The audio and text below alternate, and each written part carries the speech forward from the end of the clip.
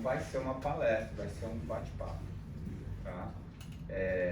Eu costumo dizer assim, que uma aula é quando você está transmitindo uma verdade estabelecida. Então tem uma verdade, você estuda essa verdade e tem uma turma, você ensina essa turma essa verdade, é uma aula. A palestra é quando, além da verdade estabelecida, você tem coisas a mais para acrescentar pela sua experiência, pelo seu expertise, dentro da sua profissão. E a reflexão que a gente quer dividir. E a gente vai fazer isso aqui hoje. Então, não tem assim nada absoluto, nem não estou aqui fazendo parte do nosso cotidiano. E eu acho que vale a pena a gente dividir. Tá? Então é isso que a gente vai fazer hoje. A gente vai falar sobre a terapia do perdão. Eu queria começar explicando o que é terapia. Terapia é um recurso de tratamento para algum mal.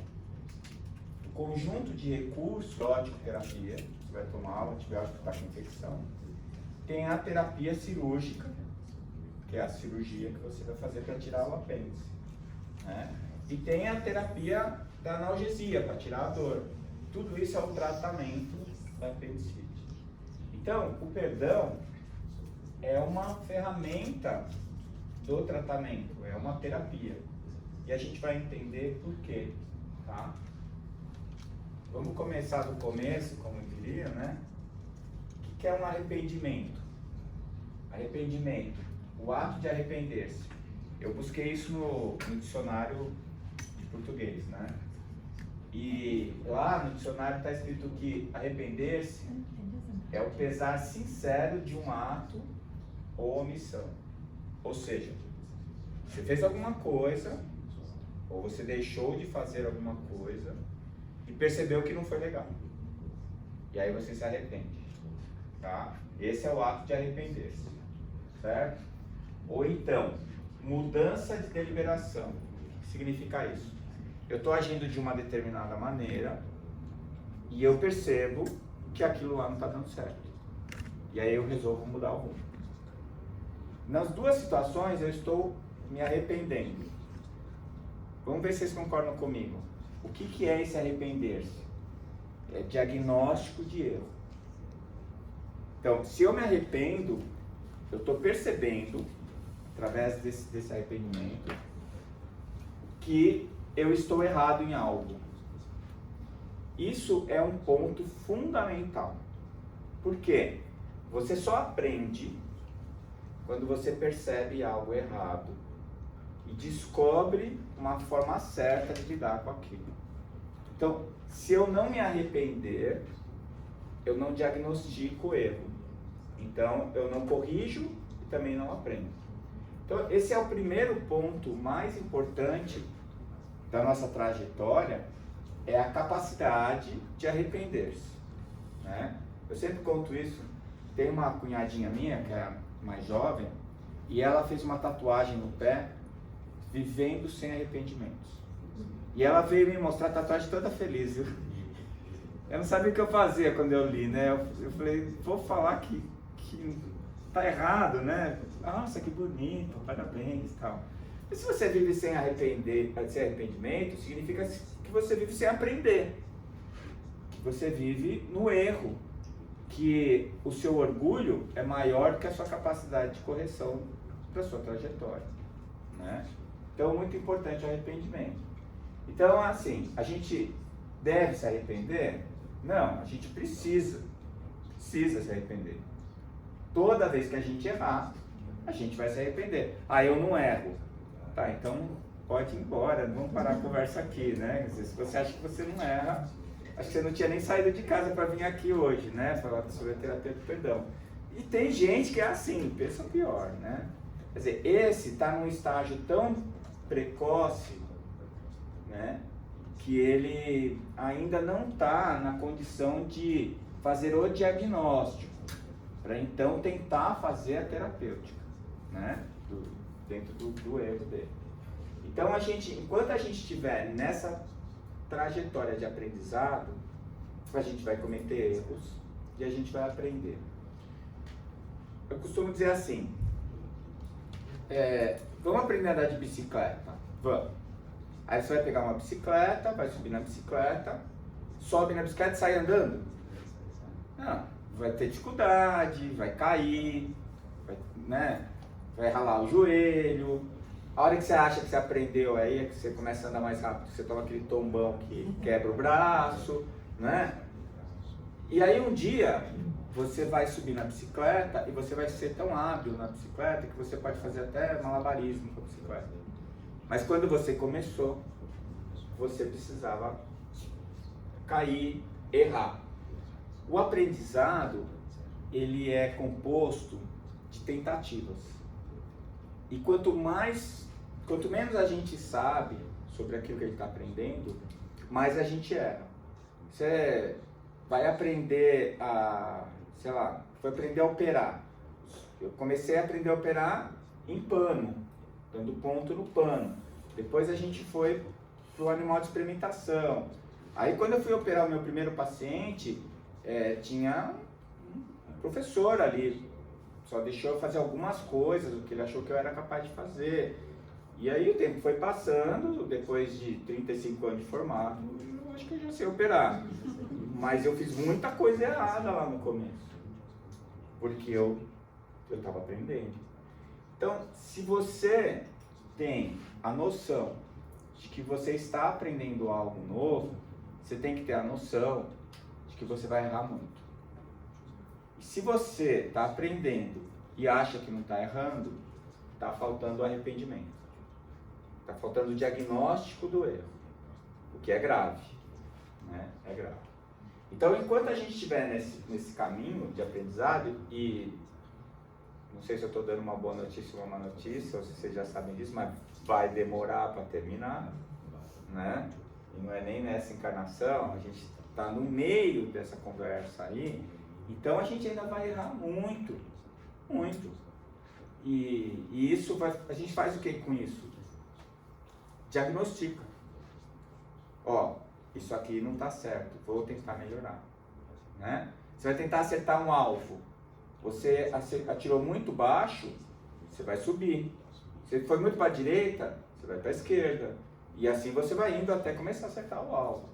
Então, não tem outra maneira de aprender, tá?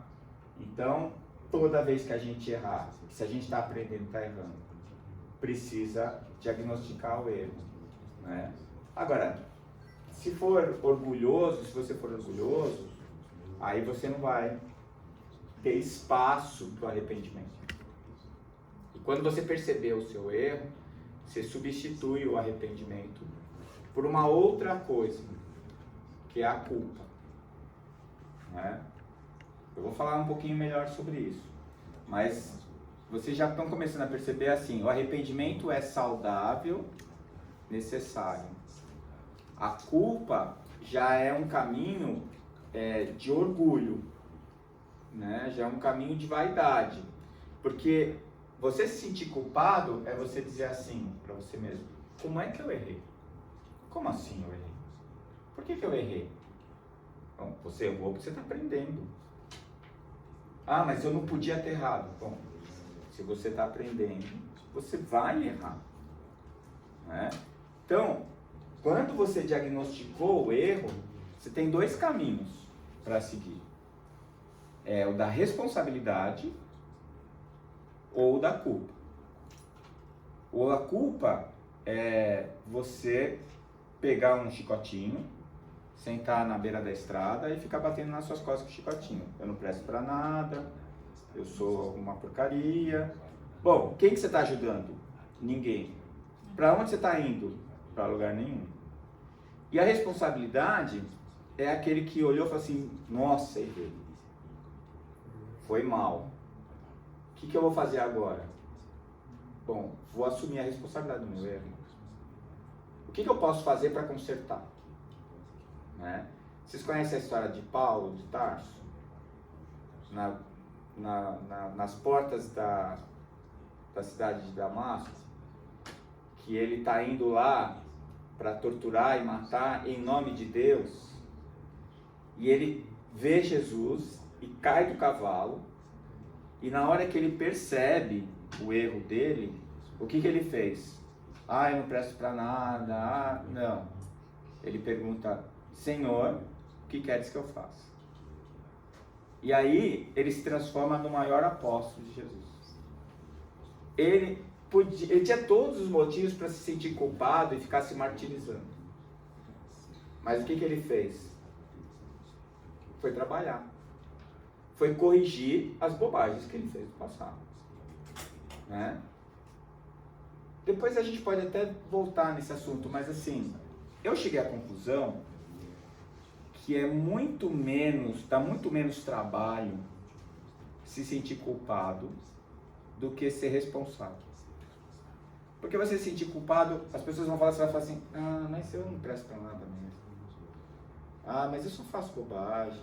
Ah, mas eu não esperava nada melhor mesmo, não sei o quê. Mas você tá ali, sentadinho, reclamando, né? Tomando seu suco. Agora, o responsável é aquele, não, é verdade, então, o que nós vamos fazer? Vai lá, pelo menos levanta e vai pedir desculpa. Você provocou algum prejuízo? Vamos ressarcir o prejuízo. Você trouxe alguma dor? Vamos tentar corrigir a dor. É um ato de coragem ser responsável. E é um ato de covardia sentir culpa. Tá? Tem muita gente que fala, não, a culpa é muito importante. O arrependimento é importante. A culpa não serve para nada. Né? Então, a reparação deve ser o ato contínuo do erro. Então, eu erro, eu arrependo, que é o diagnóstico do erro, e eu reparo. Todas as vezes que eu agir para reparar algum erro cometido, eu estou sendo responsável. Eu estou ajudando, né, estou corrigindo o prejuízo que eu provoquei. Tá? Então, no dicionário, reparação está escrito assim lá: satisfação que se dá a outrem por um malefício ou prejuízo, moral ou material, que se lhe causou. Ou seja, eu percebi que errei, provoquei um prejuízo e eu vou lá e reparo isso. Vou consertar o erro. Tá? Ou então, ato de se retratar ou desdizer de afrontas ou ofensas dirigidas injustamente a alguém. Né? Eu não sei, eu vou falar de mim, não sei como é que vai com você. Quando eu faço o diagnóstico de um erro grave que eu cometi e que eu pisei na bola com alguém, fiz alguma coisa errada, eu falo, eu preciso pedir perdão. Aí eu vou lá conversar com a pessoa. Aí é assim, você chega sorrindo, dá um tapinha nas costas, tá tudo bem com a gente, né? Pô, se precisar de mim, você pode contar comigo, tô aqui pra você, não sei o quê. Aí vai embora, fala assim, pronto, pedi perdão. Você falou assim, amigo, olha, eu te xinguei aquele dia lá, me perdoa, eu tava errado. Você tava certo, eu tava errado. Parece que na hora que você vai falar perdão, entala aqui na garganta e o negócio não sai de jeito nenhum. Isso daí é o orgulho. Esse é o nosso grande problema, o orgulho e a vaidade. É quem nos leva para a culpa e é quem, muitas vezes, dificulta o nosso ato de reparação. Tá? Então, o reparar deve ser ato contínuo ao arrependimento. Então, quando você age para reparar, é um ato, é uma ação, é um movimento, que é diferente de você parar na culpa. Você chafurdar na culpa. Então, a culpa é como se fosse um charco, né, de lama, que você se atola ali e fica lá, se sentindo mal. Eu não presto, eu não presto, eu não presto. Né? Isso não é cristão, isso não é útil, não é produtivo. Né? E assim, eu estou me punindo. Olha, nem Deus pune.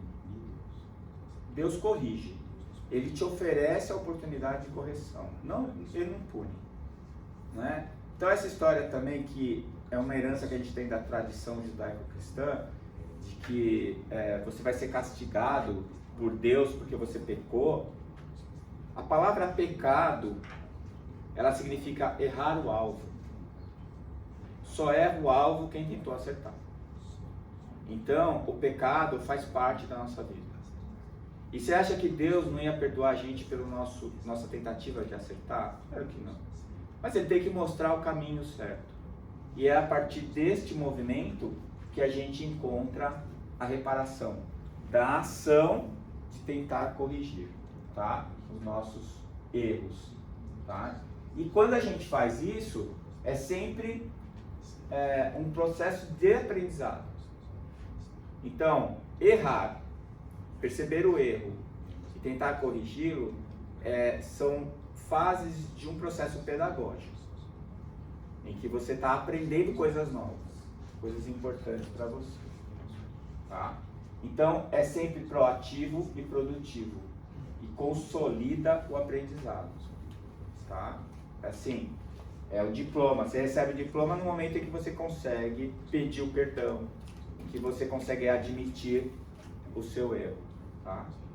E, via de regra, gera harmonia e simpatia, tá?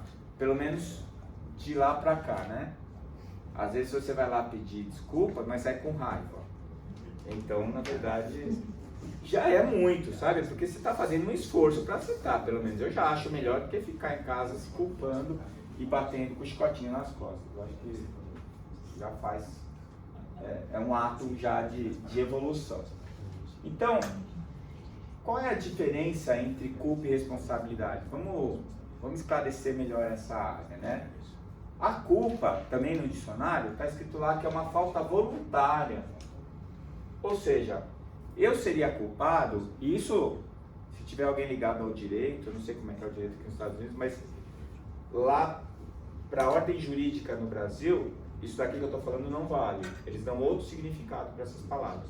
Eu estou dando o significado etimológico, ou seja, o significado que aquela palavra tem em português. E é o que está no dicionário, tá? Eu costumo dizer que as palavras são caixinhas. Eu abro a caixinha e coloco alguma coisa dentro e fecho. Então eu tenho que combinar com você o que eu estou pondo dentro da caixinha. Então as palavras, se eu combino antes o que elas significam, a gente vai se entender. Se eu colocar alguma coisa na caixinha e não contar o que é, e outro colocar outra coisa na mesma caixinha e não contar o que é, a gente não vai se entender. Então, por isso que eu gosto sempre de começar com a definição do dicionário, que é para entender o que eu estou querendo dizer com aquilo. Qual é o conteúdo que essa palavra tem para mim, tá? E eu, como não gosto de inventar também, eu pego o que está no dicionário. Então a culpa lá é falta voluntária. O que é uma falta voluntária?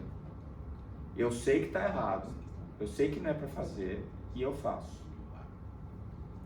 Aí, eu sou responsável? Sim, eu sempre sou responsável.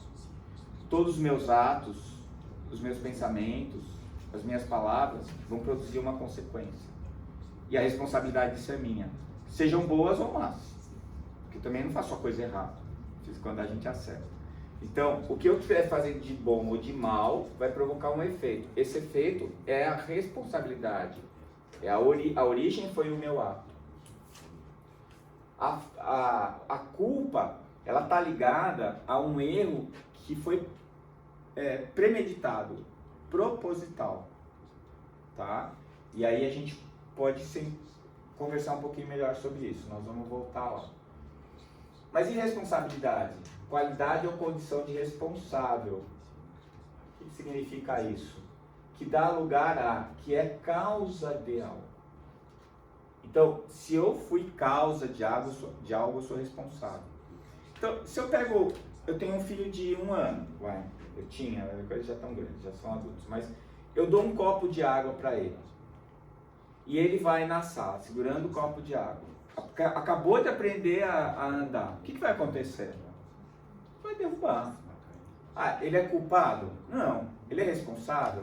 Sim. Ele e eu somos responsáveis.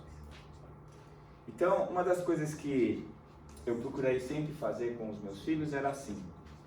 Quando eles faziam alguma coisa, por exemplo, não pode comer no sofá assistindo TV. Não pode. Aí eles pegavam, iam lá, comiam e derrubavam e manchavam o prato. O que vai acontecer? Vai derrubar. Ele é culpado? Não. Ele é responsável? Sim. Ele e eu somos responsáveis. Então, uma das coisas que eu procurei sempre fazer com os meus filhos era assim. Quando eles faziam alguma coisa, por exemplo, não pode comer no sofá assistindo TV. Não pode. Aí eles pegavam, iam lá, comiam e derrubavam e manchavam sujava o sofá.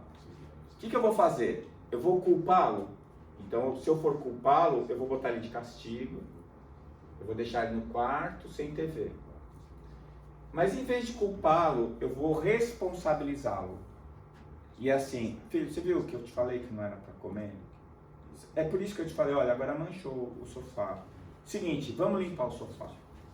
Vou com ele, pego o paninho, pego o produto, vamos tentar limpar o sofá. Não vai sair. Você viu? Ficou manchado.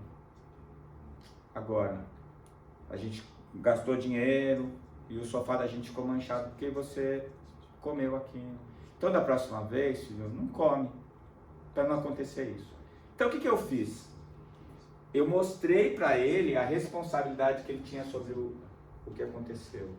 E fiz ele assumir essa responsabilidade quando eu peguei o pano e fiz ele limpar. Se eu boto ele de castigo, ele vai saber que eu estou castigando ele por algo que ele não devia ter feito. Então, eu estou ensinando ele a se culpar e não a ser responsável. A vida faz isso com a gente. Muitas vezes, ela faz com que a gente se sinta culpado, né? E nunca é saudável. A gente precisa se sentir responsável no bem e no mal, tá? Então, a diferença entre a culpa e a responsabilidade é a consciência que eu tenho sobre o meu erro, né? Eu sou sempre responsável, mas nem sempre eu vou ser culpado. Eu vou ser culpado quando eu estiver fazendo premeditadamente, tá? Na culpa, o ato é voluntário. Na responsabilidade, ele é involuntário. Tá certo? Eu fiz alguma coisa que não deu certo, mas eu não fiz de propósito. Estava tentando acertar. Tá bom? Muito bem. O culpado é sempre responsável, o responsável nem sempre é culpado. Tudo bem até aí? Tá. Só que tem um detalhe além, né? Nós somos responsáveis pelos nossos atos, claro. Pela nossa vida, sim.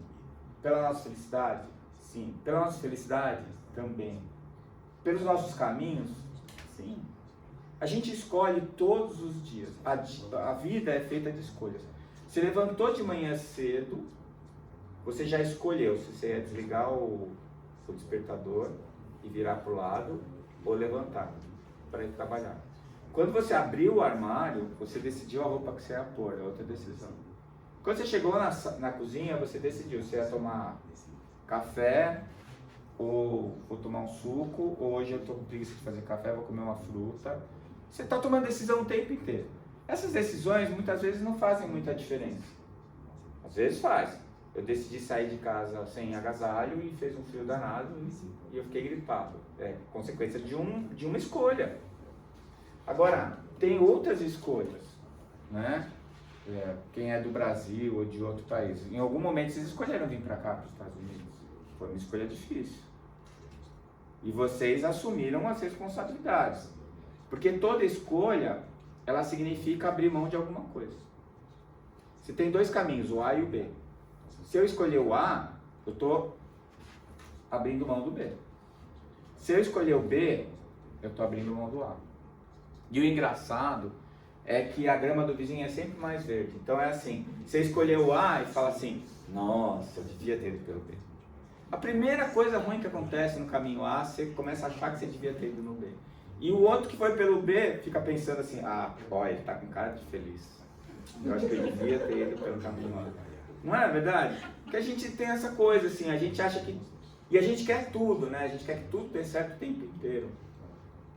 Não é assim.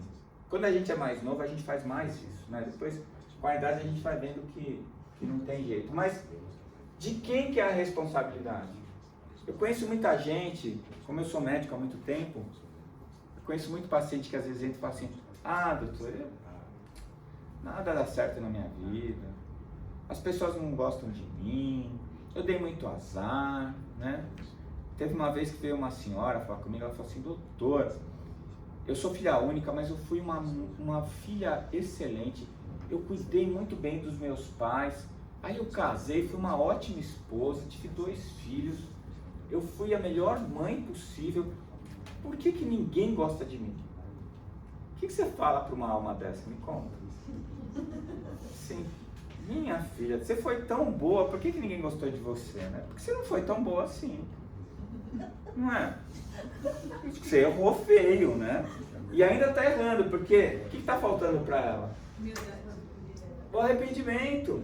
Ela nem arrependeu, ela nem percebeu as coisas erradas que ela fez. Aí, o que você faz por uma alma? Você reza.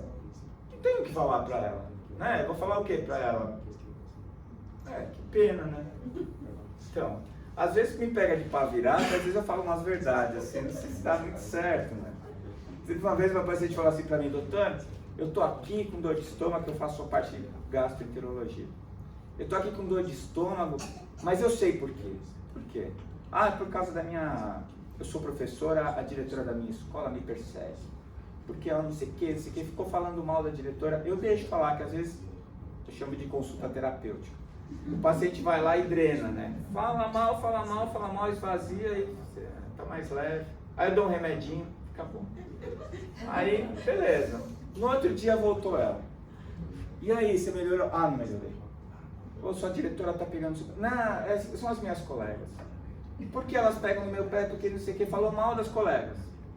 Eu falei, puxa, eu deixei ela falar, aumentei a dose do remedinho, mandei ela pra cá.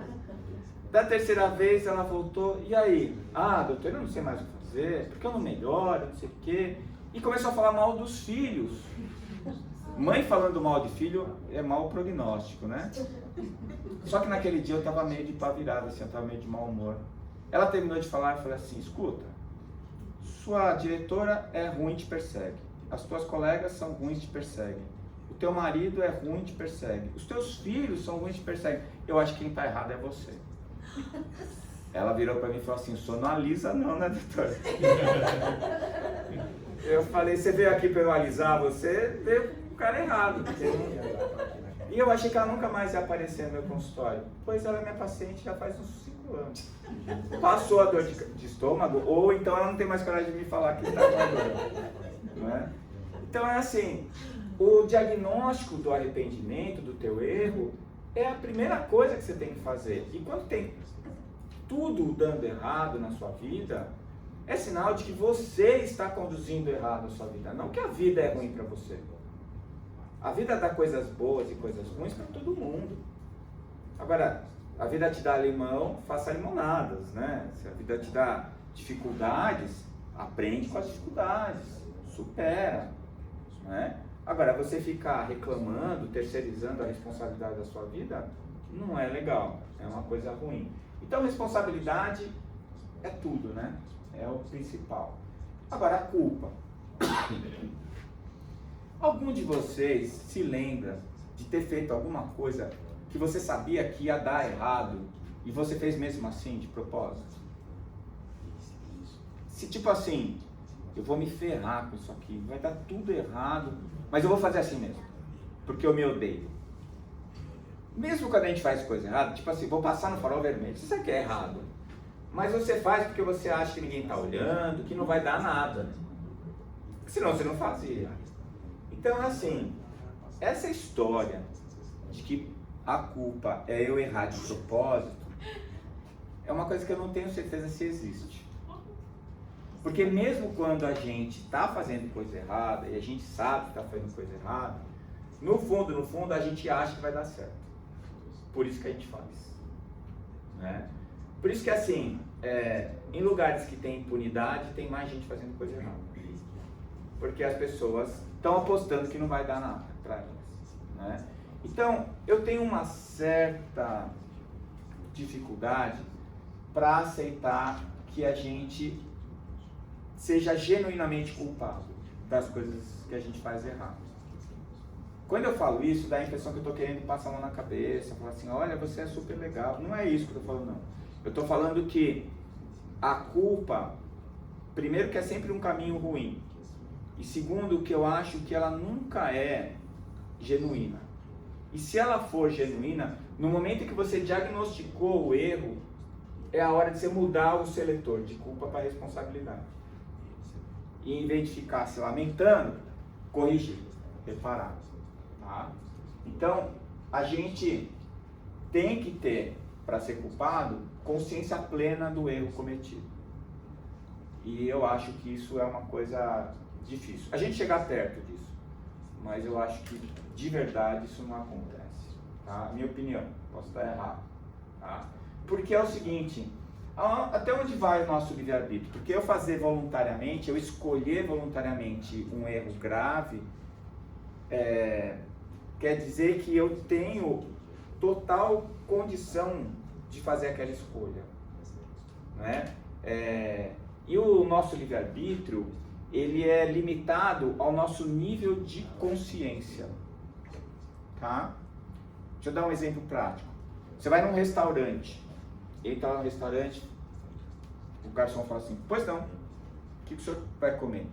Você não, me traz o menu, que eu quero saber o que tem aí de comida. Ele fala assim, não, aqui a gente faz qualquer coisa, pode pedir qualquer comida aqui, que eu faço para você. Não, mas qual a especialidade de vocês? Não tem especialidade, a gente faz qualquer comida, pode pedir qualquer uma. O que você vai pedir? Ah, eu quero comer uma comida que eu nunca comi. Você vai pedir alguma coisa que você já conhece. Como é que você vai escolher uma opção que para você não existe? Não vai escolher. Sabe que a física quântica fala muito disso, né? A gente faz escolhas. E as escolhas, elas têm que estar no nosso menu. Tem que ser alguma coisa que eu sei que existe. Eu, se fosse nesse restaurante, eu ia pedir algum prato que a minha mãe fazia quando eu era guri. Porque a comida da mãe é sempre ótima, né? Vocês já repararam? As mães são as melhores cozinheiras do mundo para os filhos. Vocês sabem por quê? As vós também. É? A vovó também. Da avó também. Mas vocês sabem por que isso? Sabe qual é o fator que fixa mais uma memória no nosso cérebro? É o afeto. Então, mesmo que a sua mãe fizesse o pior feijão do planeta, quando ela fazia aquilo para você e colocava no prato, filho, vem comer, come para ficar bonito, para ficar... Você ia comer aquele feijão e ia ter um sabor maravilhoso. E se você leva algum amigo para comer na sua casa e fala, minha mãe cozinha bem pra caramba, ele vai comer e vai achar ruim. A comida boa é da mãe dele, não é da sua mãe. Tá? Então, toda vez que alguém oferece carinho, atenção, afeto, e você registra isso na sua memória, isso é registrado como uma coisa boa. Eu não sei, assim, eu sou de São Paulo, lá a gente não gosta de quiabo. Quiabo e não é legal. A Fernanda já é do Rio, o pessoal do Nordeste, assim, nossa, a manhã fez quiabo hoje, oba, oba, oba. Então é assim, a manhã fez quiabo, todo mundo esfrega a mão. Se eu tô chegando naquela família agora, se eu sou pequenininho, eu vou falar, opa, quiabo. E todo mundo vai comer o quiabo e gostar, eu também vou gostar. E aquilo vai ficar registrado positivamente, né? Pra mim era assim, aquilo ali parece que alguém cuspiu no negócio, que tem uma baba. Quiabo é ruim. Você sabe que eu não gosto de quiabo. Sabe quantas vezes eu comi quiabo? Nenhuma, nunca. Eu não me arrisco. Não me arrisco. Aquele negócio tem uma cara ruim, todo mundo lá onde eu nasci falou que era ruim. Não vou comer. Entendeu? Então é assim. As minhas escolhas... Sua mãe não sabia fazer quiabo. Não, ela não fazia. Eu concordo. Ela não fazia, minha mãe não fazia quiabo. Se ela fizesse, eu ia gostar, mesmo que fosse ruim. Ela não fazia. Então é assim, o que é que você escolhe?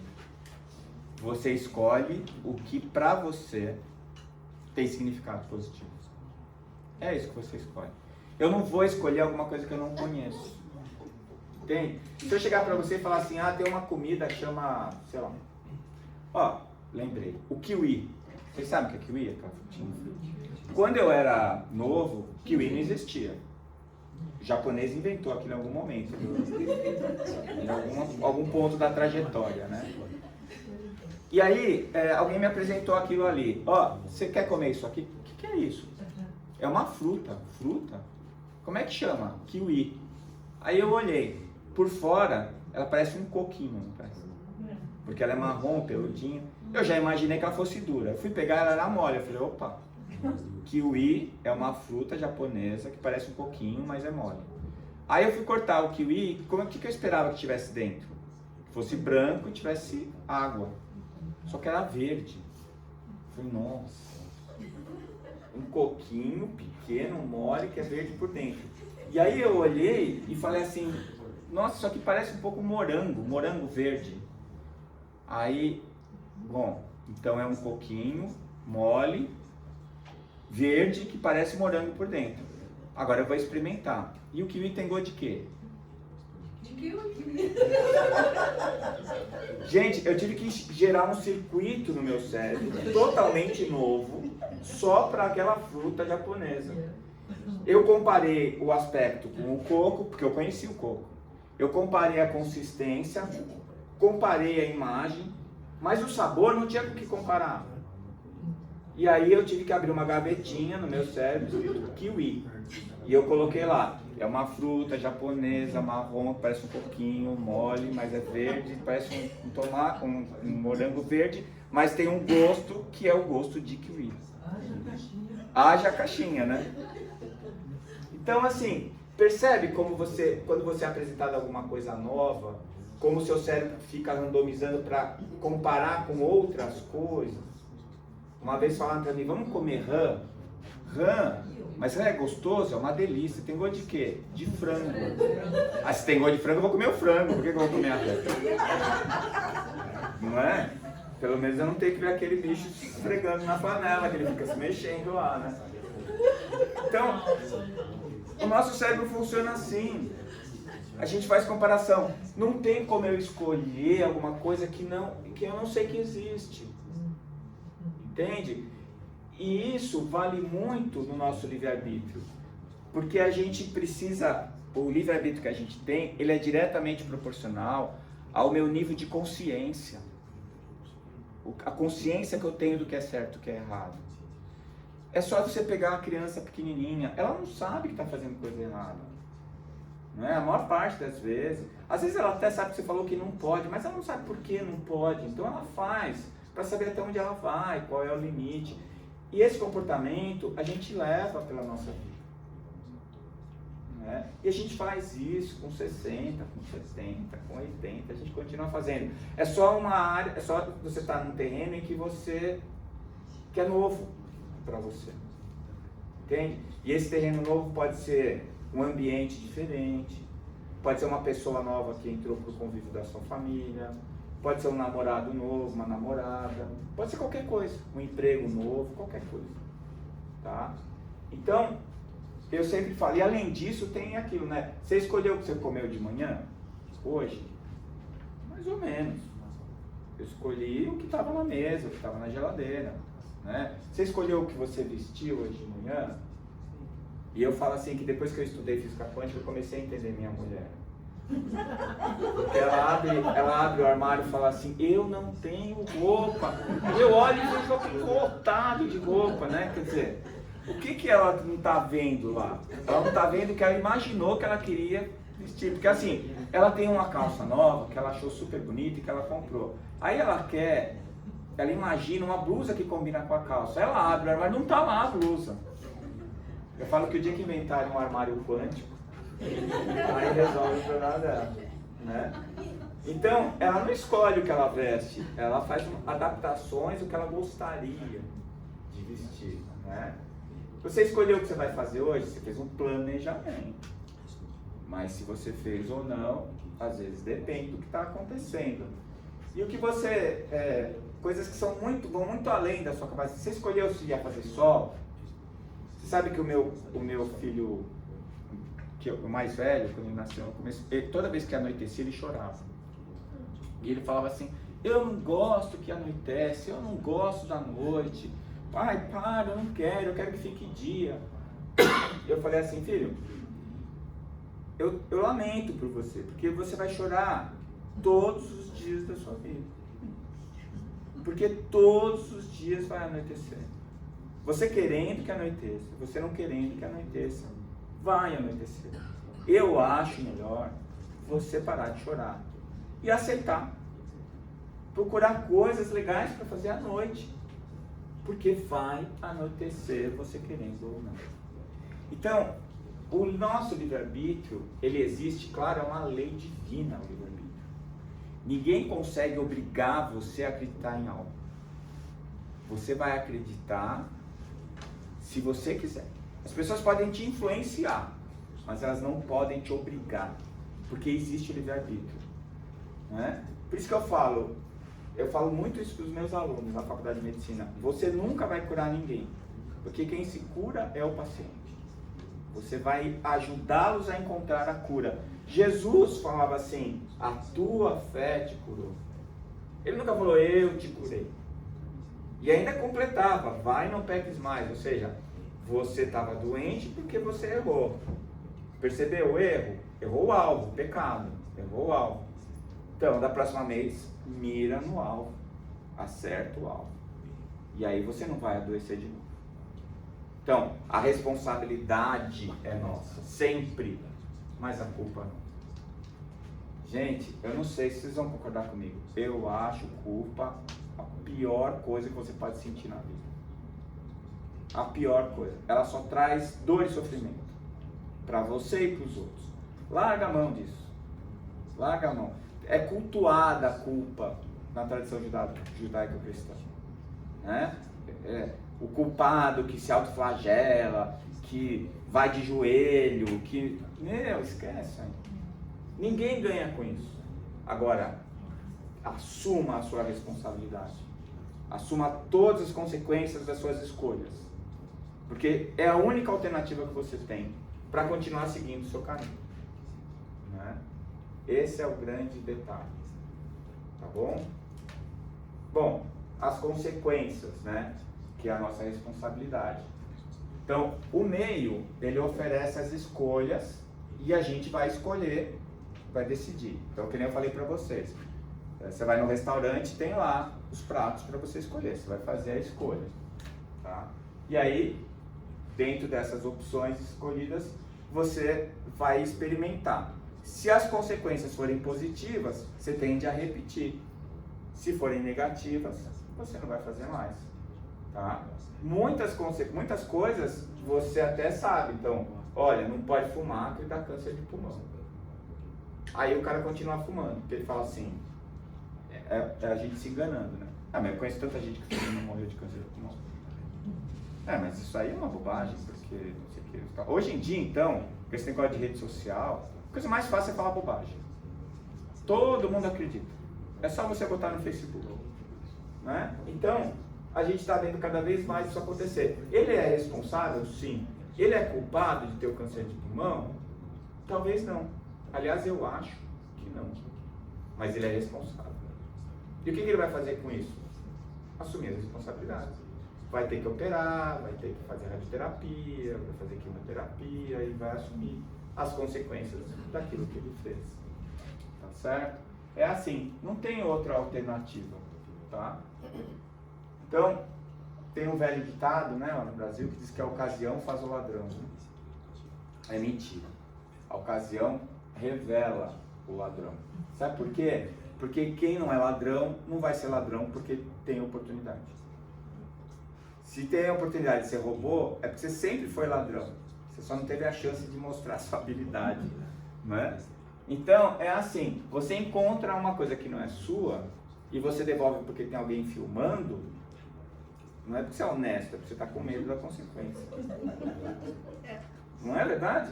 Mas se você acha alguma coisa que não é tua e realmente não é tua e você percebe que não é, você não quer saber se está filmando ou não, você quer saber de quem que é para você devolver. E isso daí é uma coisa que a gente vai experimentando. Tem um ditado lá no Brasil que diz que todo corrupto tem um preço. Tá, mas e quem não é corrupto? Não tem preço. Né? Você nunca vai se corromper. Tá bom? Então, o nível de evolução que a gente está, aquilo que a gente decide é muito mais ação do meio sobre nós do que propriamente uma escolha. O que eu estou questionando aqui é o nível do livre-arbítrio. Tá? Então, se eu fui criado em uma sociedade que me ensinou a me comportar de determinada maneira, Então, aquilo ali não é errado para mim. Vai atrapalhar a minha questão do arrependimento. Tá? Vou falar uma coisa aqui que eu não sei se eu deveria, mas eu vou falar. Existe uma cultura aqui nos Estados Unidos de usar arma. Todo mundo usa arma. A gente estava vindo para cá e viu o cara passar de moto com um bate com um revólver na cintura. Parece o Velho Oeste. Não é? Aí você briga no trânsito, puxa a arma e mata o outro. E aí? Estava errado ele andar com a arma, na minha opinião? Tá. Mas na opinião dele, não. Ele cresceu num ambiente em que todo mundo usa e é normal usar, vende arma em todo canto. Por que eu estou errado? Deu para entender onde eu quis chegar? Quer dizer, então a gente precisa primeiro aprender as coisas. E aí, muito provavelmente, o dia que acontecer um acidente e alguém sair prejudicado por causa da arma, ele vai cair a ficha dele que ele não devia estar armado. Né? Então, você não é culpado, mas você é sempre responsável. E a falta de culpa não exime ninguém das consequências daquilo que faz. Bom, então a gente aprende por tentativa e erro. Ô, Décio, a gente não vai falar de perdão? Onde é que nós estamos indo, né? Será que nós vamos falar de perdão? Vamos, porque mediação e iração é lei divina. E se nós somos responsáveis, não somos culpados. Deus não castiga, Ele oportuniza a recuperação. Então a gente não pode temer Deus, a gente tem que amar. Tá certo? E a culpa? Então, se vocês acompanharam o meu pensamento, vocês podem até não concordar, tá? É uma reflexão, tá bom? Vocês acompanharam meu pensamento e vocês perceberam que a culpa é uma coisa ruim que precisa ser resolvida, a responsabilidade é uma coisa boa que precisa ser cultivada, e que no meu processo de aprendizado eu vou sempre esbarrar nessa dualidade. Diante do erro, eu vou olhar para frente e vou ter o caminho da culpa e da responsabilidade. E eu não sei também como é que vocês se comportam, como vocês acham que isso acontece com vocês, mas eu tenho uma tendência para ir para a culpa, né? De sempre me sentir culpado. Primeiro porque é mais fácil, a princípio parece, né? Dá menos trabalho do que ir lá consertar. E segundo que a gente tem na criação e na sociedade em que eu fui criada, minha família toda católica, eu aprendi que ser culpado, se sentir culpado, se sacrificar é bom, né? E aí, com muita frequência, eu vou estar diante desse problema aqui, tá? Como é que eu resolvo isso? Como é que eu resolvo a minha culpa? Tem um antídoto, um só, que resolve, chama perdão. Só que o perdão, a gente aprendeu que eu tenho que perdoar o outro. Mas o perdão é o antídoto que você toma para anular o veneno que você produziu. Então, quando a gente tem raiva, a gente faz um veneno que a gente acha que o outro vai morrer, mas quem está se envenenando é você. Você toma o veneno esperando que o outro morra. Isso não é inteligente. E quando você tomar esse veneno, só tem um jeito dele não te matar. É você se perdoar. Se o outro fez algo de errado contra você e você se sente ofendido, a ofensa é uma mágoa. A mágoa é uma má água. É uma toxina. E eu estou ingerindo essa má água, pensando que eu estou fazendo mal para o outro. Quando eu perdoo o outro, eu estou me curando. Não interessa, o outro às vezes não está nem sabendo. Então, tem um conselho do mal agora para vocês. Se você tem raiva de alguém e quer que o outro se incomode com isso, avisa ele que você não gosta dele. Senão você corre o risco dele continuar gostando de você e só você vai ficar sofrendo. Ele tá até achando, pô, esse cara é legal, eu gosto tanto desse, eu vou nas palestras dele. Então você tem que avisar ele, olha, eu não gosto de você. Porque aí, quem sabe, ele também não gosta de você. E aí ele faz o veneno dele para se intoxicar. Porque o meu já está garantido. Então, quando você fala que o perdão é caridade com você mesmo. Gente, quando você está com raiva de alguém e você não dorme à noite, quem que está sofrendo? Sou eu. E o outro, às vezes, está dormindo bem, caramba. Eu sou muito assim, eu tenho muita dificuldade. Eu me magoo muito fácil. E às vezes eu brigo com a minha esposa e a gente vai dormir e eu tô com raiva dela e eu fico fazendo aquela cara assim pra ela perceber que eu tô com raiva. Daqui a pouco ela tá roncando e eu fico doido da vida. Eu tô aqui acordado, passando a noite clara e ela dormindo.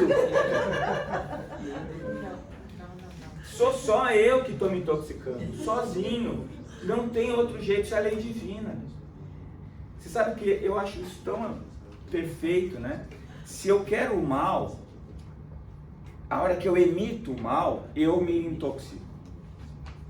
E o outro só vai experimentar o mal que eu desejei a ele se ele entrar em sintonia comigo.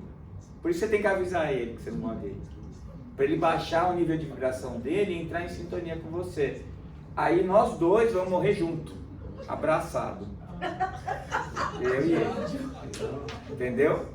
Agora, quando eu penso o bem do outro, vibro bem, faço uma prece, ela chega nele, mesmo que ele não saiba que eu estou fazendo isso por ele. Por quê? Porque o pensamento é uma frequência de onda. O pensamento de amor é uma frequência de onda de alta frequência e tem uma alta penetrância. Então, mesmo que o outro nem saiba que eu estou rezando por ele, ou não goste de mim, ele vai se beneficiar com o meu pensamento de amor. Agora, quando é o ódio, quando é a raiva, aí ele tem que ser parceiro, porque senão só eu vou me sentir prejudicado.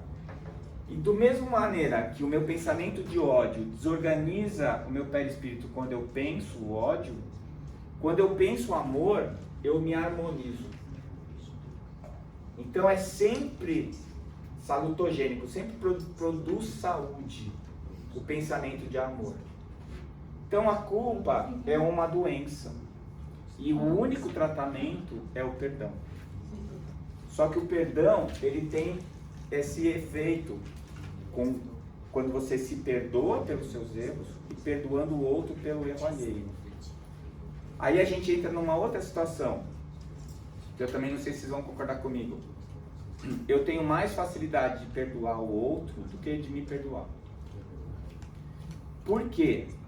Porque quando eu faço alguma coisa errada, eu tenho uma tendência de jogar uma cortina de fumaça em cima do meu erro. Eu tenho dificuldade de admitir que eu errei, o arrependimento. Então, se eu aprendo a perdoar o outro, que é mais fácil, quando chegar na vez de eu me perdoar, vai ser mais fácil também. Por isso que Jesus falou, perdoe 70 vezes 7.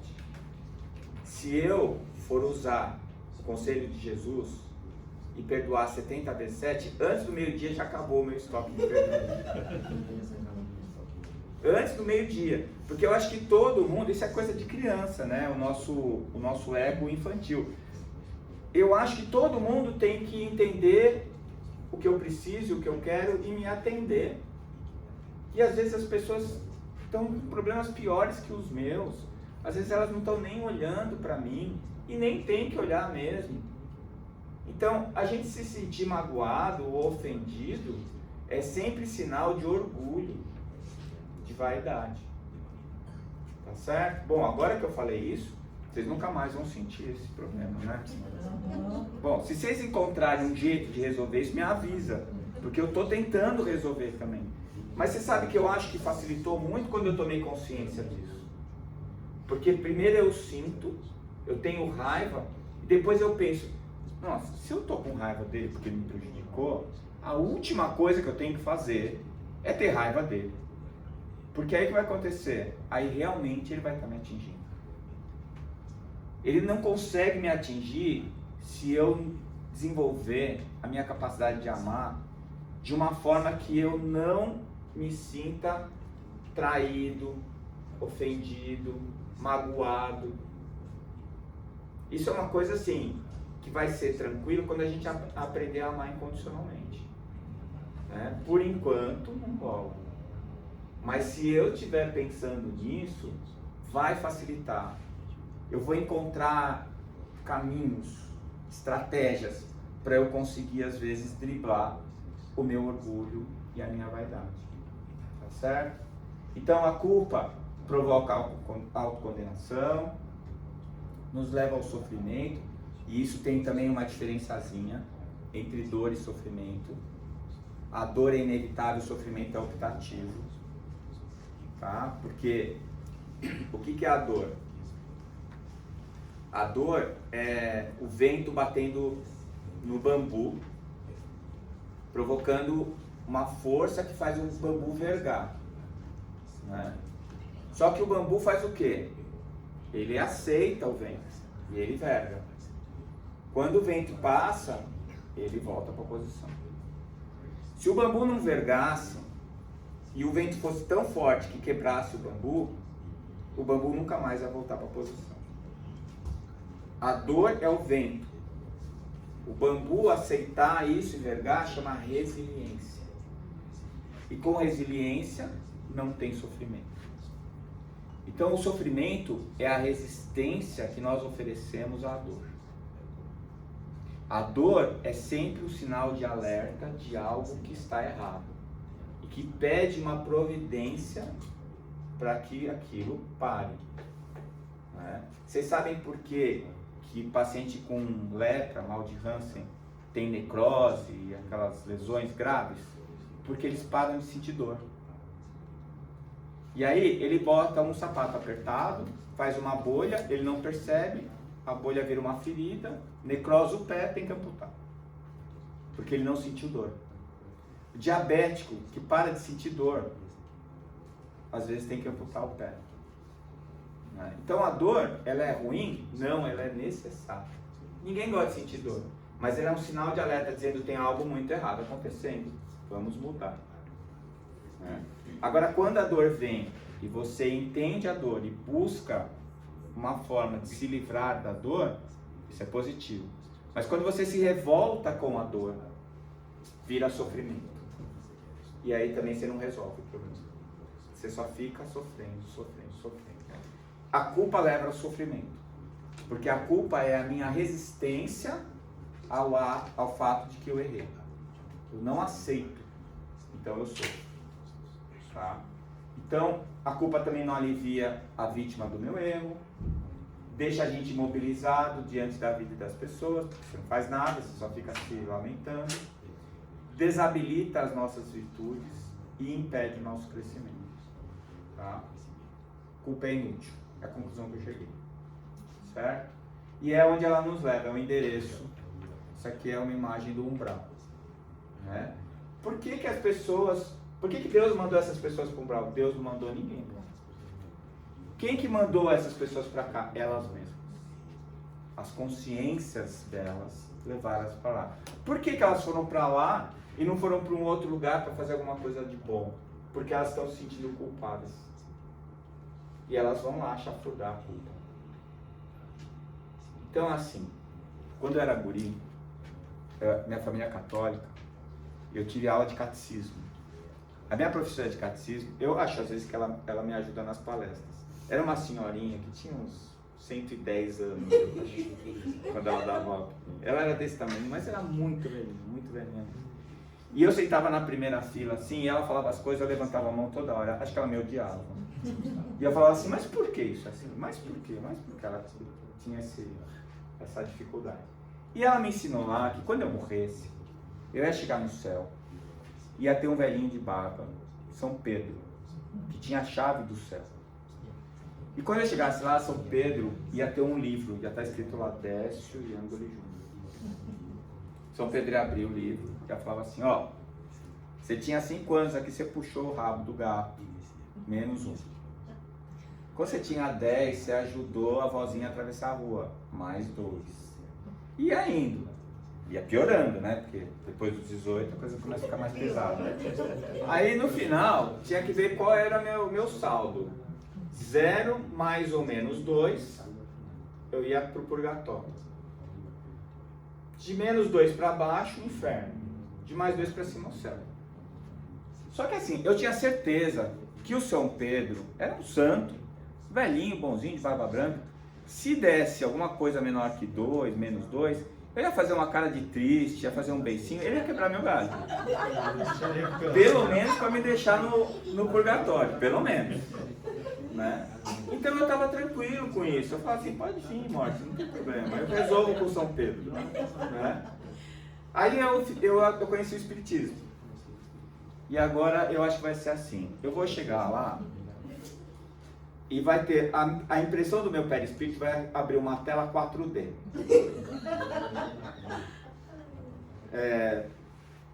Super HD 4K de LED Quantum.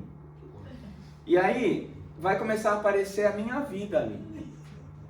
E eu vou assistir as coisas que eu fiz. No final, sabe quem é que vai decidir se eu vou pro céu ou não? Eu. Gente, não é legal. Eu preferia o São Pedro. Porque eu sou muito mais rigoroso comigo mesmo do que ele seria. Ele ia quebrar o meu galho. E eu não vou quebrar o meu galho. Se eu aprender a perdoar, quando eu chegar lá na minha hora, eu vou falar, bom, fiz errado, mas eu tentei acertar, eu estava de boa vontade lá, entendeu? Me dá uma chance de eu consertar isso aqui, me dá uma chance de eu consertar aquilo lá, e vai dar certo. Então, o perdão, ele tanto vai curar a minha alma hoje, e vai fazer eu dormir mais tranquilo, como vai me ajudar a não ir para cá. Entende? Eu digo que a melhor notícia que o Espiritismo me deu, quando eu conheci o Espiritismo, é que eu só dependo de mim para ser feliz. E a pior notícia que o Espiritismo me deu é que só dependo de mim para ser feliz. A melhor e a pior são a mesma notícia. Nessa seria assim, quando eu aceito que eu não sou perfeita, eu me perdoo. Isso. É aí que a gente chegou no ponto crucial, que é onde eu vou ter que sacrificar a única coisa que Jesus pediu para a gente sacrificar, o orgulho. E se eu aceitar que eu sou um ser crepuscular, sabe o que é ser crepuscular? Eu nem estou no escuro absoluto, nem na luz meridiana. Eu estou em trânsito. Então tem coisas que eu já sei fazer, mas tem coisas que eu não sei. Eu preciso aceitar isso. Sabe? Como é que é o teu nome? Eliana. Você sabe que eu tenho uma imagem na minha cabeça que é assim. Aqui eu já vi que essas garrafinhas que vocês têm, mas lá no Brasil, o centro espírita tem uma bandejinha de plástico com uns copinhos de café. E é onde põe a água frutificada para a gente tomar depois do passe. Quando a gente é criado como alma, eu acho que a gente é a bandeja cheia de copinho vazio. Em cada copinho vazio tem um defeito, que não é um defeito, porque se a gente foi criado por Deus, a gente é perfeito. É uma falta. É alguma coisa que eu não sei. Então, por exemplo, no copinho que está escrito avareza, quando esse copinho estiver cheio, ele vai ser caridade. Entende? No outro copinho que está escrito, sei lá, egoísmo, altruísmo. E quem é que vai encher o copinho? Você. Quando? Um por vez. Em cada encarnação. Só que às vezes a gente precisa de umas 3, 4 para encher um copinho. Às vezes a gente encheu metade do copinho, vai para outro copinho. E assim por diante. Então, quando eu perceber que eu tenho coisas que já funcionam para mim, e tenho coisas que não funcionam, isso que você falou, que eu não chamo que não sou perfeito, mas eu digo que eu não sou completo, a minha incompletude faz parte de mim. Quando eu aceitar isso, eu vou começar a ser muito mais tranquilo com os meus erros, com os meus pecados, com os meus erros do alma. E obviamente que eu vou ser também com quem está do meu lado. Porque ele está no mesmo barco que eu. Entende? E às vezes o que eu sei fazer bem e ele ainda não tem, o que ele tem, eu não sei fazer bem. Sabe, quebra-cabeça? A pecinha do quebra-cabeça não tem um gordinho, mas também tem um faltando. Então eu acho que nós somos quebra-cabeça, peças de quebra-cabeça. Eu tenho uma coisa que eu tenho assim a mais que eu posso oferecer. Eu estou tentando fazer isso agora com vocês. Ah, então o Décio é ótimo. Não, esse é só o gordinho da minha peça. Eu tenho um monte de furinho que eu preciso de alguém para preencher para mim. E aí essa troca é a nossa evolução em grupo. A gente está junto nessa parada. E o que você já aprendeu, você me ensina. O que eu já aprendi, eu te ensino. Desde que a gente esteja nesse estado que você falou, de consciência, que não é eu me sentir porcaria, é eu saber que eu não sei tudo, eu saber que eu sou incompleto, que ainda tem um monte de coisa para resolver. Isso vai fazer com que a gente fique melhor? Sim, porque a nossa vida vai ser mais tranquila, a gente vai sofrer menos, vai ter menos raiva, vai precisar menos de perdão, porque o perdão, como disse o Chico, é coisa de espírito involuído. Involuído. Porque se você precisa de perdão, é porque você se magoou. Se você se magoou, é porque você esperava alguma coisa de alguém. Se você esperava alguma coisa de alguém, é porque você não sabia amar incondicionalmente. Você sabe que quando nasceu meu primeiro filho, o Diego, tenho 3 filhos. Eu peguei ele no colo e eu fui me apresentar para ele, né? Eu saí da sala de cirurgia e falei, olha, que bom que você veio, vai ser um prazer para mim ser teu pai, eu espero que eu não faça nada muito errado, mas eu estou muito feliz que você está aqui. Então me apresentei para ele, né? E uns 2 meses depois disso, se eu precisasse cortar meu braço direito para aquele guri, eu cortava. Hoje ele tem 24 anos, eu corto meu braço direito por ele? Corto. Mas naquela época, eu falei assim, isso é amor incondicional. Não importa quem ele seja, não importa o que ele faça, não importa o que ele fale, eu amo esse cara. E isso aconteceu com ele, aconteceu com o Felipe, aconteceu com o Bruno, meus 3 filhos. Só que um belo dia, eles entraram na adolescência.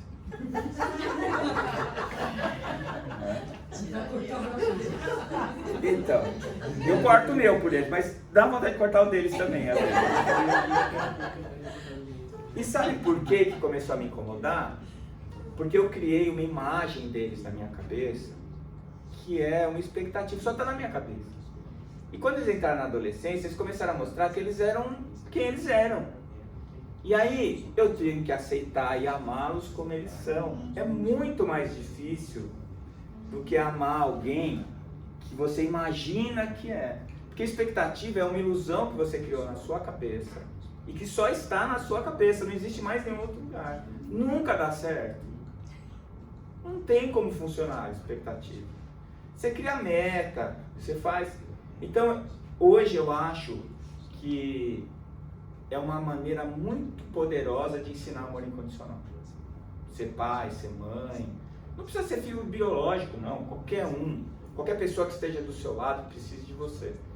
Mas assim, o meu diagnóstico para mim é que eu não sei amar incondicionalmente. Tenho muita dificuldade. Por mais que eu busque aceitar, tem certas coisas que eu tenho dificuldade. Meu filho mais velho, esse que eu amo tanto, faz 4 anos que ele não corta o cabelo. Ele parece um espanador. Né? E o cara é inteligente pra caramba, ele tem muito, mas ele é ateu. E fala que o que eu falo é tudo bobagem. Né? E eu amo esse cara. Né? Mas eu tenho vontade às vezes de cortar o cabelo dele à noite. Né? Ele tá dormindo, ele acorda, caiu, né? Tá certo? Só que é a escolha dele, ele quer o cabelo desse jeito, eu tenho que respeitar. Entendeu? É difícil ainda, não é fácil não. Mas a gente vai chegar lá. É um processo de aprendizado. Tá? Então, para se livrar da culpa só tem um jeito: perdão. E aí, perdoar a si mesmo é mais difícil que o outro, a gente falou sobre isso. Não admitir o nosso erro é doloroso, né? Tinha um palestrante espírita, o Francisco do Espírito Santo, não sei se você lembra dele. Ele falou uma coisa uma vez numa palestra que eu adorei. Ele falou que assim, a gente vive assim, a gente tem uma mochilinha nas costas. A gente põe todos os nossos defeitos na mochilinha. E ela fica lá nas costas. Alguém fala assim, pô, você é assim. Você fala, como? Não é comigo não, tô olhando. Aí é o seguinte, tira a mochilinha, abre ela se for capaz. Tudo que você não quer está escondido na mochilinha. Tá na hora da gente começar a... Sabe por quê? Porque o que você jogou lá atrás não fica parado, escondido, dormindo. Mas ele fica num lugar que você não consegue identificar. E nos momentos em que você menos espera, ele dá o bote. Ele sai da mochila e engole a sua vida. E aí quando você vai ver já é tarde. Os defeitos que você diagnostica, eles não desaparecem porque você diagnosticou. Suas dificuldades. Elas continuam lá, só que você está de olho nelas. E aí você vai evitar situações que podem fazer você cair na armadilha. Entende? Isso daí é uma coisa que eu acho bem verdade, assim. Então vamos supor, eu sou diabético, não posso comer açúcar. Não vou trabalhar numa loja de doce. Não é verdade? Porque mais cedo ou mais tarde eu vou comer o doce. Né? Se eu sou uma pessoa muito agitada, estressada, eu não posso trabalhar num lugar que as coisas são muito agitadas, eu tenho que ir para um lugar calmo.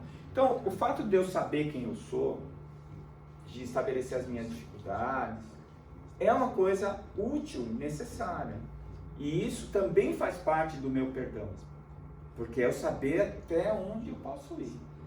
Entende? Então, a gente sempre vê o erro no outro, mas não vê o nosso, porque a gente fica escondendo os nossos erros. Então, se você aprender a perdoar o outro, você vai aprender. Então, você vai ser julgado com o rigor que julgou, que Jesus falou, é porque o juiz é você mesmo. É a história da tela 4D lá. É você que vai se julgar. E você vai julgar você exatamente como você julgou os outros. Então aprende a ser condescendente agora, porque na hora que você precisar, você vai ser também com você. Né? Eu trouxe algumas frases, né? O Léo Tolstói dizia que onde está o livro da lei mais claro para o homem do que aquele que está escrito no seu coração. Jesus falou isso, né? O reino de Deus está dentro de nós. Onde é que eu vou buscar a verdade? Em mim. Não está fora, está aqui dentro. Né? O Weinberger, que é um filósofo também, escritor, diz que o maior direito do mundo é o direito de errar. Não só um direito, como uma consequência. Errar é consequência do aprender. E a gente não pode achar que isso tem que ser evitado. Não tem jeito. Claro, não vou fazer nada para errar, vou sempre tentar acertar. Mas é inevitável que eu erre. Eu não posso me culpar por isso. Tá? Então vamos concluir com a imagem do pensador, né? Livre-se da culpa. Né? Isso, eu não sei, eu acho isso tão libertador, né? Pra gente que aprendeu, ainda quem teve uma formação católica, que vem com aquela coisa, né? Eu tô falando do catolicismo porque foi a experiência que eu tive, não posso falar de outra. Mas aquela coisa da culpa, né? Que fez errado, vai pro inferno, né? Joga isso fora, não serve. Mas assuma as suas responsabilidades, não deixe passar. Se arrependa, ou seja, reconheça os seus erros e lute para corrigi-los.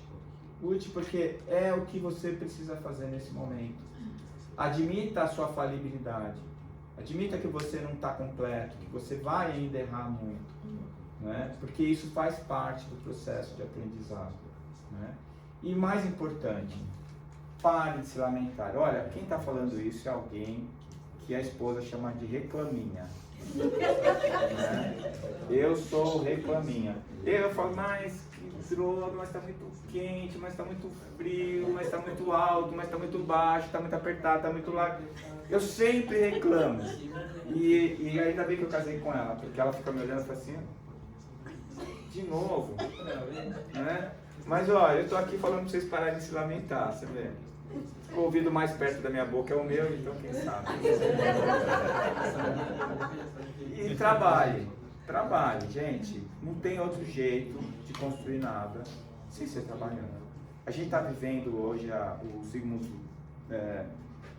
Bauman falou da sociedade líquida, a sociedade sem referências, né? Que os nossos filhos estão vivendo agora, essa geração mais nova está vivendo, que é muito mais difícil, mas nós somos da geração do jardineiro. A geração do jardineiro é aquela que aprendeu, se você pegar essa terra, se você lavrar, se você semear, se você regar, um dia você vai ter o que comer. E a gente aprendeu isso, a nossa geração é a geração do trabalho e receberás. Essa geração é a geração que ele chama de caçador. Não planta nada, não cultiva nada, quando está com fome vai tentar resolver. E aí se tiver mais alguém caçando junto com você, você mata. Você compete. O jardineiro, quanto mais gente tiver para cultivar o jardim, melhor. Então, assim, essa sociedade líquida, que os referenciais são fluidos, né, que nada é profundo, tudo é raso, eles vão precisar bastante da gente para mostrar para eles que o trabalho e o investimento em você mesmo e na sua vida é a única maneira de você ter no futuro alguma recompensa. Porque o plantio é optativo, a colheita é obrigatória. Ninguém que plantou arroz colhe feijão. Não tem como. Então, a gente tem que começar a pensar nisso agora, tá? Principalmente esse pessoal mais novinho, que de uma maneira ou outra está vendo a gente como um exemplo, né? Então, se Deus é realmente infinitamente bom e justo, e eu acredito nesse Deus aí, ele não condena, ele ajuda, ele não pune, ele esclarece, ele ama e por isso ele educa.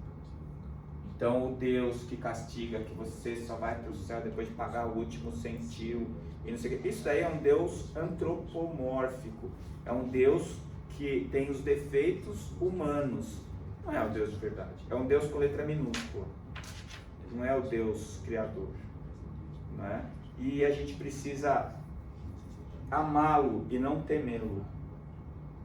O pessoal das antigas fala assim, eu sou temente a Deus.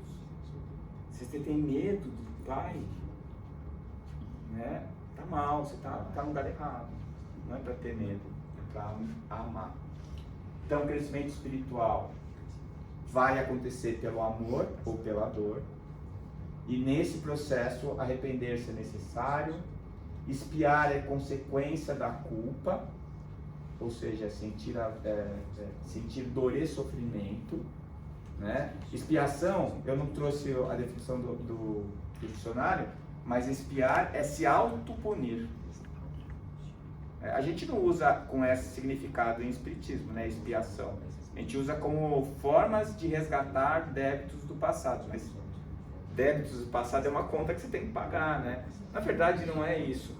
São coisas erradas que você fez e você está recebendo a oportunidade de resgatar, de aprender, de reparar, tá? E dentro dessa perspectiva, não tem culpa, tem consequência, responsabilidade, tá? Então, reparar é fundamental, é o amor, tá?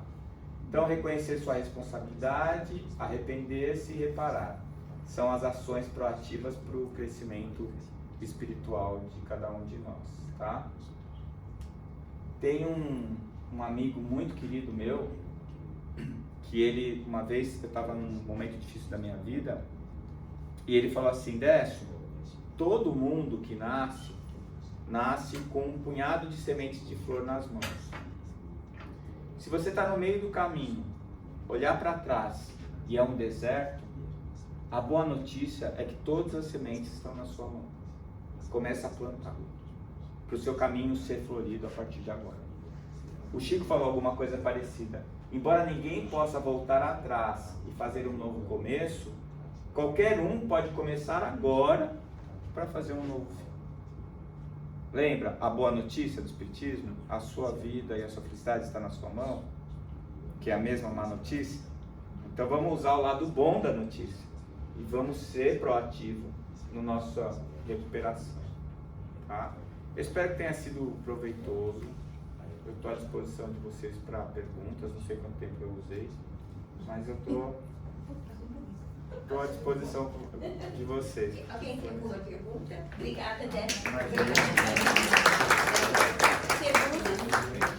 Alguém tem Eu ia pergunta? falar uma coisa, uma pergunta é o seguinte, tem um livro do Cérebro do Mundo, que ele é baseado em neurociência. Neurociência é a gente poder se reprogramar para corrigir as nossas atitudes. Então, você falou do vitimismo, da lamentação, e os pensamentos negativos, eles vão aparecer na nossa vida. Como que a gente se reprograma para focar mais em coisa positiva, no nosso lado sol, nas coisas boas, porque fica esses pensamentos de culpa, você falou tanto aqui, que a gente fica pensando, mas como que eu vou sair dessa? Porque a culpa existe. Isso que você falou é uma coisa importante, assim.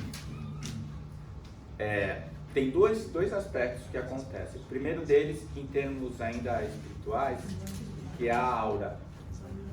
A aura é a nossa psicosfera. É um ambiente onde ficam os nossos pensamentos. Então, vamos supor, eu que sou reclaminha. Aí eu fico assim, ô dia, ô azar, ô mês, ô ano, ô vida, né? Lembra? Tinha um desenho da Hanna-Barbera que tinha a hiena que era mal-humorada e o leão que era otimista. Aí o que acontece? Eu crio porque o pensamento é uma onda eletromagnética, como se fosse eletromagnética. E ela fica orbitando na minha psicosfera. Se eu fico alimentando esse pensamento toda vez, ele faz um looping, que é a auto-obsessão. Não sei se já ouviram falar disso. Aí, toda vez que eu levanto de manhã, eu começo a fazer um checklist da minha vida e começo a reclamar. E aí a minha mulher fala, não aguento mais, todo dia de manhã a vida já começa amarga porque você sai reclamando, não sei o que, reclamar. Aí ela me chamou a atenção, eu comecei a bloquear isso aí. Por quê? Porque eu fico me auto-alimentando do problema. Isso em termos de psicosfera. E no cérebro? É a mesma coisa. Você sabe que a depressão é a tristeza que cronificou. Então, se você está triste, porque aconteceu alguma coisa triste, depois tem outra coisa triste, outra, o seu cérebro começa a trabalhar dentro de um padrão que depois, quando acaba os motivos para você ficar triste, você não consegue ficar feliz. Porque está faltando o neurotransmissor nas suas sinapses para fazer o seu cérebro ativar a área do prazer. Aí você tem que tomar remédio. Né? O grande problema do remédio é o seguinte, tem gente que toma o remédio achando que vai curar a depressão. O remédio, ele trata o sintoma. O problema está na alma. Por que eu estou triste? Vamos consertar na alma ou na vida, né? Às vezes é assim. Então, isso acontece muito com o pessimismo. Eu vicio o meu cérebro a trabalhar de uma determinada maneira e chega uma hora eu não consigo sair mais dela. Então, você perguntou como fazer, né? A parte fácil é tomar o remédio. Porque o que acontece? O remédio abre uma janela para o seu espírito conseguir se transformar. Porque se você está querendo sair daquela situação, mas o teu cérebro está ancorado na tristeza, fica muito difícil. Então, se eu tomo o remédio, eu abro uma janela e eu vou resolver o meu problema comigo mesmo. Com psicanálise, terapia, passe, leitura, vou fazer leituras espirituais, de livros espirituais ou livros filosóficos que preguem o otimismo. Tem uma linha filosófica japonesa, o Seishonoye, que eles fazem o contrário, eu falo que é Kumon do bem. Eles ficam falando, eu sou feliz, eu sou feliz, eu sou feliz. Essa é uma maneira de você tentar condicionar o seu cérebro a trabalhar dentro de um outro patamar. Essa é a parte mais difícil, é você corrigir a tua alma, né? O que eu acho é que assim, nós somos seres completos, a gente tem a nossa alma, tem o perispírito e tem o corpo físico. Não adianta eu trabalhar só uma das três, porque elas estão juntas e interligadas. Eu preciso trabalhar as três juntas. Eu não posso esquecer o perispírito, a alma, e não posso esquecer o corpo físico. Então, como que eu ajo no corpo físico? Bom, vai no médico. Então, uma coisa que a gente sabe é lidar com a parte física. Essa é a única coisa que a gente aprende na faculdade. E o perispírito, como é que eu vou lidar? Terapias vibracionais. Vai homeopatia, acupuntura, passe, reiki, jorei. Tá cheio, que são as terapias vibracionais, que eles chamam de complementares. E a alma, que é a parte mais importante, é onde está a tua origem. Onde que você vai corrigir isso? É você e Deus. É você e Deus. Prece. E aí é aí que entra a religião. Porque a religião, ela vai te ajudar a chegar lá, dentro desse aspecto, né? Seja qual for a sua religião. Então, quando eu estou diante do meu paciente, eu nunca fico impondo as minhas verdades para ele. Eu vou pesquisar qual é a verdade dele e eu uso isso em favor dele. Então, eu sempre pergunto, se você tem religião, os mais difíceis são os ateus. Mas eu tenho que encontrar alguma coisa nele que tenha significado mais profundo e que anime ele a tocar a vida dele em diante. Dê um propósito para ele. Para quem tem religião é sempre mais fácil. Acredita em Deus, acredita no bem, acredita na vida após a morte. É só eu tirar a culpa da frente e ele vai se sentir melhor. Então, não tem uma resposta. A resposta até é fácil, mas o tudo é fazer. Sabe o que eu descobri, que até você falou dos ateus, isso não tem nada a ver com a religião. Por exemplo, vem um pensamento negativo, aí eu penso, já vem menos pensamento negativo.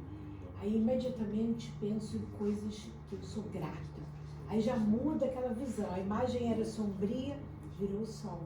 Então eu procuro fazer esse exercício. É uma estratégia legal. E aí a pessoa que é o ateu, isso não tem nada a ver com Deus, ele Pode fazer também. tenho amigos que são e aceitam isso, porque é assim, uma viagem que eu fiz, uma pessoa que eu gosto, aí aquilo já muda aquela imagem. Porque esses pensamentos vêm toda hora, não sei para vocês, mas sempre. Agora, quais que a gente vai acolher? Porque também tem uma coisa que a gente precisa ter essa ideia. A gente não é uma ilha. Então, por exemplo, quando você entra num ambiente, você absorve a vibração do ambiente. E às vezes você está até bem, aí você chega lá num lugar, putz, nossa, às vezes a gente fala, né, que tá pesado. Você sente que não tá legal. E às vezes você não tá bem, você chega e se sente bem. Tem muita gente que é assim, um foco que cria uma vibração positiva. Né? Vou dizer aqui que eu acabei de conhecer, a Solange é assim. Sim. Solange. Logo que eu cheguei, ela já vem com um sorriso. Pô, eu já fiquei de bom humor. Eu podia estar de mau humor, eu já fiquei de bom humor. Geralmente as pessoas gostam de ficar perto de pessoas assim. E tem o reclaminha. Quem quer ficar perto desse cara? Ninguém quer. Porque a gente entra, a gente combina a vibração. E é física, né? Você pega duas ondas, tem a somação das ondas. Então, a onda de alta frequência tende a aumentar a frequência da onda de baixa frequência e vice-versa. Então, a gente quer sempre uma coisa que traz bem-estar. Né? Alguém que passou por um trauma, como que você aplica isso da culpa, da responsabilidade e do resgate? Então, é a mesma coisa, tá? O que eu acho ruim, às vezes, é assim, e o espiritismo tem, não o espiritismo, mas tem muito espírita que faz isso. Ah, você passou por isso, por que você merece? Porque na outra vida você fez alguma coisa errada. Bem, quem de nós estava bem na outra vida? Estávamos piores que É estávamos verdade, agora. claro. A melhor versão sua é a 2022. Dali para trás é só porcaria, cada vez piora mais. Não é verdade? Porque ninguém piora, mas a gente melhora. Então se agora não tá bom, para trás só piora. Não é? Então assim, é claro que é consequência. Mas e daí? Não é? Tem uma experiência muito forte, eu ainda falei na outra palestra lá, eu vou repetir. Eu conheci uma menina de menos de 30 anos que teve câncer de pâncreas. É muito raro isso acontecer. Mas ela era bem especial, assim, sabe? Sempre de bom humor, sempre sorrindo, sempre... E a mãe dela, do lado dela, sempre sofrendo muito. E ela consolava a mãe. Aí ela foi operada, mas o câncer estava muito avançado e não tinha muito o que fazer. E eu fui passar a visita, ela estava na UTI. Ela era tão tranquila que acabou a sedação e ela ficou tranquila ali, entubada, com respirador. E ela estava tão tranquila que ninguém viu que ela tinha acordado. E eu cheguei para passar a visita, eu cheguei perto dela, ela me viu, ela sorriu para mim. Com um tubo na garganta. Eu saí de lá e fui chorar no banheiro. Quando eu estava chorando, porque eu estava com um aluno, quando eu estava chorando, eu pensei, nossa, estou com pena dela. Aí eu pensei de novo e falei assim, não, eu estou com pena de mim. Porque eu nunca seria capaz de passar pela prova que ela estava passando, com a dignidade que ela estava tendo. Então, ela estava muito pior que eu, porque eu sou muito pior que ela. Deu para entender isso? Sim. Eu ainda preciso encarnar muitas vezes para encarar uma dessa. Com esse Então, nível de dignidade. Exatamente. Então, às vezes, quando a gente olha para alguém que está passando por uma dor muito grande, o que a gente tem que ver é um irmão com dor. Primeiro, não dá para julgar o passado porque a gente não sabe. A segunda coisa é assim, a dor é a dor. Vamos aprender com a dor. Não resista à dor que vira sofrimento. Vai ficar muito pior. E a terceira coisa, ferida, quando faz a ferida, dói e sangra. Um dia cicatriza, mas a cicatriz vai ficar. Toda vez que você olhar, vai estar. Então você perdeu alguém que você ama, o luto é a fase de cicatrização. Ah, então depois você esquece. Nunca vai esquecer. O que faz? Para de doer. Para de doer. Então, eu acho que quando a gente está diante de alguém que está passando por uma coisa... Eu estou passando por isso. A minha prima, bem mais nova que eu, teve câncer e desencarnou agora faz um mês. Ela tem 2 crianças pequenas. Recentemente. Certo? E a minha tia, a mãe dela, tá muito mal. Muito mal. Eu fui lá, deixei ela chorar. Chorei com ela, porque a minha prima era uma dessas iluminadas, assim, sabe? Sempre todo mundo atrás dela, feliz, quando ela estava perto, ela sempre fazia o ambiente ser agradável. E aí depois que a gente chorou bastante, eu comecei a conversar com a minha tia sobre a minha prima. Mas assim, ela começou a falar da minha prima mal, na fase terminal, e eu falava dela jovem, quando ela era pequenininha, as piadas, as coisas que ela fazia, e as brincadeiras, e aí minha tia falava assim, ah, mas você não viu ela doente, né? Eu tinha visto. Eu falei, tia, eu vi, mas eu quero continuar ressentindo o meu amor por ela. E eu não quero ressentir a minha dor dela ter ido embora. Então, se você ama ela, amor não pode causar sofrimento. E se está causando, não é o amor que você sente por ela, mas o seu egoísmo dela ter ido antes de você. Né? Quem vai é quem pode, quem fica é quem precisa. E a minha mãe me ligou depois dizendo que ela tinha parado de chorar, tinha voltado a comer, ela estava sem comer fazia uma semana. Já estavam pensando em internar ela. Então, eu acho assim, que toda dor, todo trauma, é sempre uma chacoalhada grande que a gente toma da vida. O que a gente tem que fazer? Tentar aprender com aquilo lá. Sabe por quê? Porque toda dor traz uma mensagem. Se eu não pegar a mensagem, ela vai vir de novo de outro jeito. E eu não quero. Se é para sentir dor, que seja uma vez só, para aprender aquilo lá. Então, assim, na teoria é bem mais fácil que na prática. Mas é nessas horas que a gente põe em prática aquilo que a gente... O que está aqui tem que vir para cá.